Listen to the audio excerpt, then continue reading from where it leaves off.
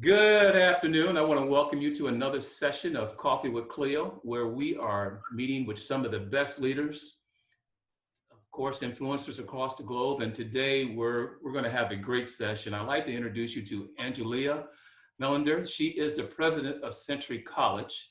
And before I introduce her to you, and we'll go through a great discussion, let me give you a little bit about her background.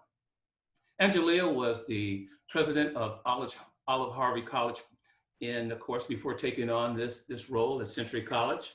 Prior to that, she was district vice president for student affairs and enrollment and management at Broward College in Florida. She was also campus operations officer and dean of student development and external affairs at Berkeley College in New York. In addition, she spent time at Robert Morris University as vice president of student services, dean of student services, director of career planning and placement, and also was a member of the faculty. She holds a bachelor's degree in Chicago State University and a master's from National Louis University. She's very well credentialed, and please say hello to Angelia. How are you doing, Angelia? I am doing great. Thank you for asking, and thank you for having me today. You're very welcome. We're looking forward to this great discussion. And, just a couple of things I want to ask you before we get into, again, our conversation on many topics. What was your inspiration to pursue a career in education?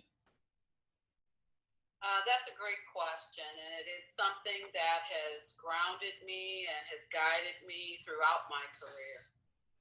And that is I always wanted to be a caregiver, if you will, and help people at a level higher than my own advocacy or my own self and my own self experiences.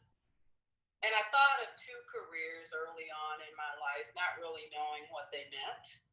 And that was a nurse or a teacher. And needless to say, that's history as to which one I chose. So I started as a teacher in Chicago public schools. On the south side of Chicago and Inglewood, and the west side of Chicago and on the west side. And what those experiences taught me and grounded me forever is that access to education is fundamental. And leaders must understand, whether a teacher or an administrator or whatever your role is in this learning environment, that you have to care and take care of people, and you have to know where your core is in terms of your moral compass and how that's going to guide your leadership throughout this process. And my learning there is access with success. And that's when I knew that selective higher education institutions, not for me. Okay. I believe that the door needs to be open for all students, and it's my job and my advocacy to make sure it's there. I mean, that's fantastic. Appreciate that. It's when we talk about you're in a very unique position to, of course, pursue a career as a caretaker, and I think that's admirable. And working in a Minnesota State College University system, I believe there is approximately 37 schools. Is that correct? Yes, colleges and universities combined. We're in the same system. Absolutely. The representation of minorities and women is roughly about 48%. Is that correct? Within the Men's State system? Yes. Yes. Yeah, I think that's fantastic, because in the American Council of Education, out of 5,300 colleges and universities, only 17% are minorities, and 8% are African American, and 5% are women. And which looking forward to this interview to hear your perspective, not just as a college president, as someone who is well adept and skilled in the education system, but also your perspectives from being an African American female as well. So let's go ahead and let me ask you a couple of questions, okay? Awesome. Thank you. I'm ready. Fantastic. So what are some of the major cultural and racial strategic and operation issues when you faced and taken a job? You've joined Century College in, I believe, March of 2017. So as you face these challenges, which many leaders do, to basically set the strategy and the tactics. What were some of those issues and how did you address them? And what did you learn about yourself during this transition? Well, as you know, this is my second presidency, so I would have to say that the transition was much smoother at all levels this time. I came into the position highly experienced in higher education leadership that I gained from working from the institutions that you mentioned that were very large, multi-complex, multi-campus systems. So many lessons learned coming into this role. And this role allowed me to demonstrate leadership strength in the pandemic, social justice, and equity environments, and has also called me and my team to even a higher level. Coming into any higher education institution, it has a culture. And leaders must first recognize the importance of learning and understanding the culture prior to addressing any issues where change may be required. You do that by measuring the urgency and the need. So leaders who take actions to quickly lose trust. So the question of how I transitioned and how I tackle issues is in that construct. That I have to address the issues and the core of those rather than just the symptoms. And especially now, given the climate and current issues at hand. I can say that the best way to address any issue, regardless of culture, racial, strategic, or operational, is through a thoughtful and measured approach that calls for understanding of and giving context to the why, and using multiple layers of information, the what, to inform your decision calculus. And when I say this, I have learned in my presidency at Century, I've learned the true meaning of shared governance and how important it is to allow many different viewpoints before making any decisions, along the importance of buy-in and how influential leaders can affect more change than those who use positional power. Everyone knows that the president holds the decision, but it's more important about how to get to and communicate that decision rather than the power it took to make it. So I hope that has kind of answered your question. So it's more about how you set up the infrastructure and how you transition within an institution. And you certainly don't come in and address every single issue as you walk in the door. Absolutely. But I'm sure we'll get to a little bit more of that. But I just wanted to set that foundational tone from the very beginning, if you will. No, I think that's fantastic. This platform is set on a book I wrote, and it's a book based on leadership. And this whole series is not just the inspiration behind leadership, talking to leaders such as yourself, Angelia, but how they make decisions, especially when they meet the challenges day to day, month to month, year to year, collaborating, trying to make sure that they're able to make a difference. And the way that you basically outline your approach and methodology is fantastic. So thanks for sharing that. Okay. The second question, really, as you joined in 2017, and as we all know, the landscape has changed. We mentioned this perfect storm of COVID-19, social justice, rising unemployment, of course, diversity and inclusion, all these things, including police reform. These are issues, too, that a college president must address. And they're happening at one time. So how have you helped prepare in your team at Century College? How are you navigating and managing these issues on campus? And what perspective, as you create this plan to manage this fluid nature, reality of COVID and the things I've talked about, what perspective helps informs your approach being a female African-American president? Okay, let me see if I can unpack. That's a big question. So let me see if I can unpack all of those elements and be very clear in my approach. First, I believe that no leader leads alone. And it is all about the team. The way we frame that work at Century is through a fundamental philosophical approach of the collective of us. And that we are homeowners, not renters, which means we own our outcomes and we are accountable for our actions. Our approach, believing in the collective of us, guides our thoughts, our decisions, our actions, and it grounds us to the core reasons as to why we do this work. It makes our lens very clear.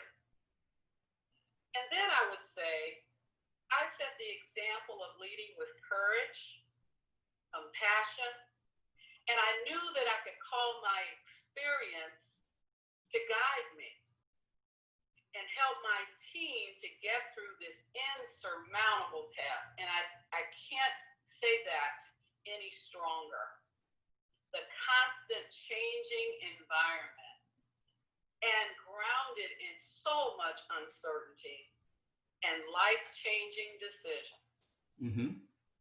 I shared with my team early on, Cleo, that when leaders in this environment, we must be at our best and will be challenged for doing the best and also not doing enough. It's amazing. And I know you've been there. Yes, absolutely. We also realized that we had no option but to succeed.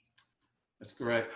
And that there was no place for frustration because too much rested on us. Mm-hmm. Decisions had to be made, our actions had to be well thought out, our communications had to be clear, they had to be timely. And I always say this, is that you can't backspace incorrect.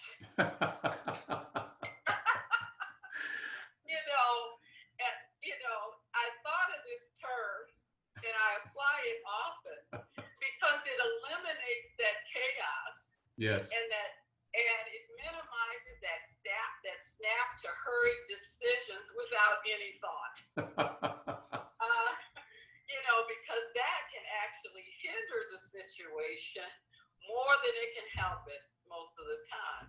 Correct. And after we clearly understood, as much as we knew, the rest was really within our reach.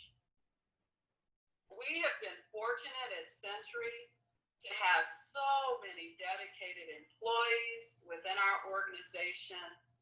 And when we called them to action, Cleo, they delivered. Our faculty converted over 1,000 courses to online. And our staff shifted all services of students within a 2-week period of time. Our technology team was stellar. And their resolve to support students in this virtual environment, employees within this virtual environment, with technology that we have and that we had difficulty acquiring during the pandemic. And that's something that's not been shared. Technology was hard to get. It was on back order because everybody was looking for it and seeking it at the same time. So we had to make do with what we had, work around so many things to get everybody off campus into this stay-at-home order in a very short period of time. Thank you are 2 words that we repeated over and over again. That's, Angelia, that's fantastic. And I might have to still shamelessly of course, the moniker and quote about that you cannot backspace or correct. I like I like to tell people that better to be directionally correct and precisely wrong. But that's one of mine, but I think I'm going to trade mine out if you would give me the permission, please. I'm going to repeat that. Okay, you can do that. If you want me to go on, I can do that, or you believe that, because the other thing we had to look at, Cleo, in this environment is the mental health piece of it. Yes. Of the pandemic, the mental health piece of the social injustices and inequities, and provide resources to our students at so many levels. We had to look at employees whose job was not conducive to remote work, and find alternatives to them to do that work at home because they couldn't come to the campus. And we're still navigating that right now. But I have to say this more than anything else. We control, through my leadership and the buy-in from my leadership team, to listen and learn from what I was saying to them, is that we must care for others in order to show that we care for ourselves. And that has been our message above anything else. It is our mission to educate, but it is also our duty to care and take care of each other, especially now, more than anything else. I have to say that in this pandemic, I didn't know what color I was, because it was more about leadership and less about gender or race or socioeconomic status, culture, ethnicity, sexual orientation, or anything else as a leader. My lens was helping us to get on the other side of this and be better as a result of it. So I didn't show up as that. I showed up as the president of Century College, and one who was expecting that people were going to hear me, listen to me, hang on to every word that I said, and I better be correct and right in everything that I wrote and everything that I said. We stand here today with a lot of confidence from people and employees in the community in that style of leadership. And I know that we will persevere through this. We've gotten this far, and we will continue. I think that what you stated, and of course the question had many aspects to it, and your answer was very well, perfectly said. Taking a holistic approach to, and of course, a collaborative nature, and to be able to create a solution that is going to not just serve, of course, the strategy and the objectives, but is inclusive. You talked about the servant leadership aspects of taking care of one another, and that's, of course, in the industry of service. I appreciate that, but more importantly, one of the things in my takeaways from you is the fact that we may be well credentialed and with many degrees, but it appears that you have a very highly admired degree, and that's a GSD, and that's to get stuff done. Yep. And do not take advantage of the people who need to do this work with you. In fact, elevate them to the front, and then you're doing what is not only right, but what is also the right thing to do. And there is a difference. Absolutely. Well said.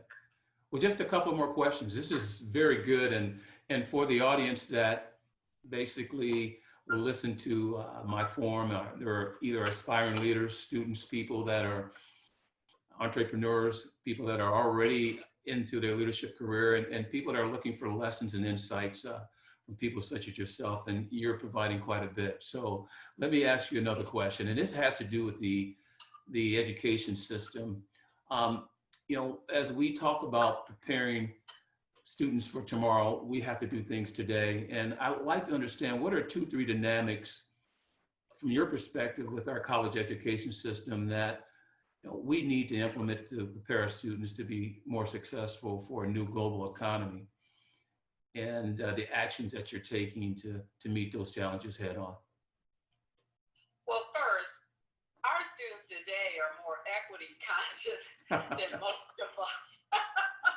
It's true. And we must first respect that perspective and allow their contributions.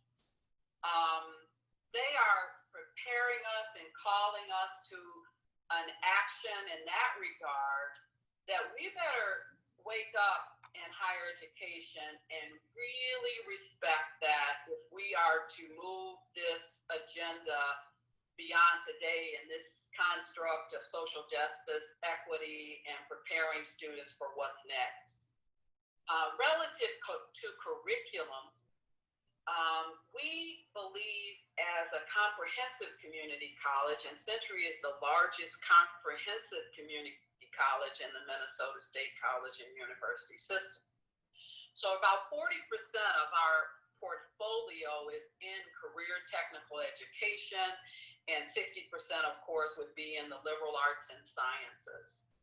So what we are focused on are those high wage, high demand programs that prepare students for jobs of tomorrow. And let me give you, you had asked for an example of that. And that is our additive and digital manufacturing program. Century was one of the first community colleges in Minnesota and also in the United States to have a fab lab. And it's cutting edge. It started, I'm told, it was started before I got there, and it started in a closet as an idea of a former faculty member who worked at 3M. Yes. And had an engineering background. Yes. And it grew to what it is now. We have a partnership in research with the University of Minnesota, and we're experimenting on making body parts and all sorts of these, fabricated images through digital printing and all sorts of technology. And we saw this, Century did before I got there in 2016, as an opportunity for what we call a capital bonding project, where we would ask for state resources to improve our fab lab. And we were fortunate in 2018 to get that funding from the state. And we started this fall on the construction of a new applied technology center that will be the next fab lab and the iteration of applied technology. And in that space, we will be even more creative, and we're bringing in science, and we're bringing in technology, and we're bringing in the fab lab, we're bringing in welding. So we are preparing students for jobs that are not even in the market yet. And that's the visionary look of what I'm explaining to you right now. So to go back to your question, we as educators must provide for what we see right now. We have to maintain what is still needed in our job market. And then we also have to be visionary, as I explained, for preparing for students for jobs that are not even in the market, because you see where the technology or the industry or the need for this needs to occur in the future and not just now. So it takes a lot of awakeness and actually collaboration with our colleagues. Right. Find answers to areas and explore ideas with our universities to make sure that we are preparing our community and region and state for the strength of our workforce now and in the future. That's fantastic. I think it's important, and you've have quite a few things going on at Century College. And as you talked about, the best investment for tomorrow is to environmentally scan and do those things that you see on the horizon today. And you have a great platform. I I just have one more question for you. And again, this forum is also a showcase to give aspiring individuals who are looking to lead to be in positions such as yourself and others that we bring on the program, again, through their lessons and their experiences. As you talked about, experience matters without questions. But my last question is this, and it's an insightful one that gives a little bit of reflection. You know, every leader has a lesson that they wish they could have learned early in their careers, and also a lesson that they truly appreciate learning. Can you share with us, for those who aspire to be in your position, and again, what is one lesson that you wish you would have learned? And what is one lesson that you truly appreciated learning early in your career? Wow.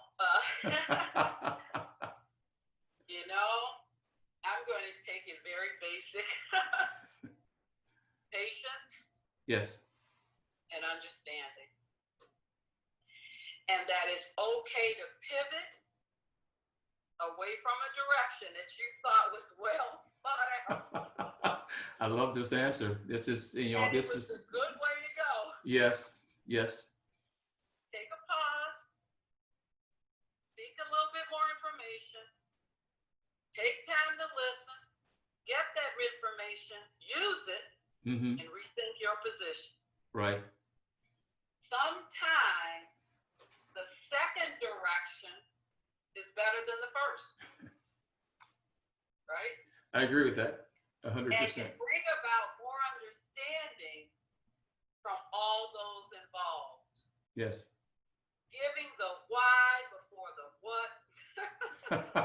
You know, early on, I thought it was all about the what. Yes. And I thought it was all about being right. Yes. And all that comes with that. And it is so far from that. And it's such a higher level of understanding than that.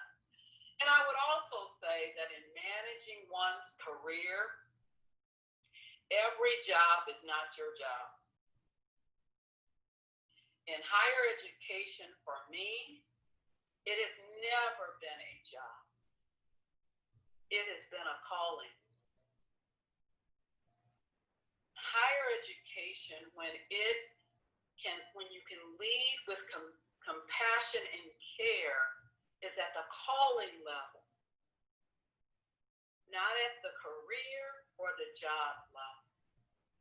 So you have to figure out where that is for you, and any aspiring African-American leader, woman, and any other culture or ethnicity. Where is your end? And I tell students this, where is your end? Keep your end goal in mind and take those purposeful and necessary steps of progressively responsible experiences that build on each other to get to where you need to be. And then I would say that interviewing for a job is a two-way street, and fit within a place is just as right as competency and equal in importance. And then last, I would say, temper that ego and let your ability speak louder than your words. Well said. Well said. Today, guys, I think you just went through a very good, salient lesson delivery from Century College President Angelia Mellinder. Angelia, I want to thank you so much for having a little coffee with Cleo, and God bless and wish you continued success. Thank you for coming on the program and sharing your insights, your thoughts, and of course, the wonderful things that are happening with your team at Century College. Thank you so much for joining us. And thank you so much for having me, and it has been a pleasure. Fantastic. All the best.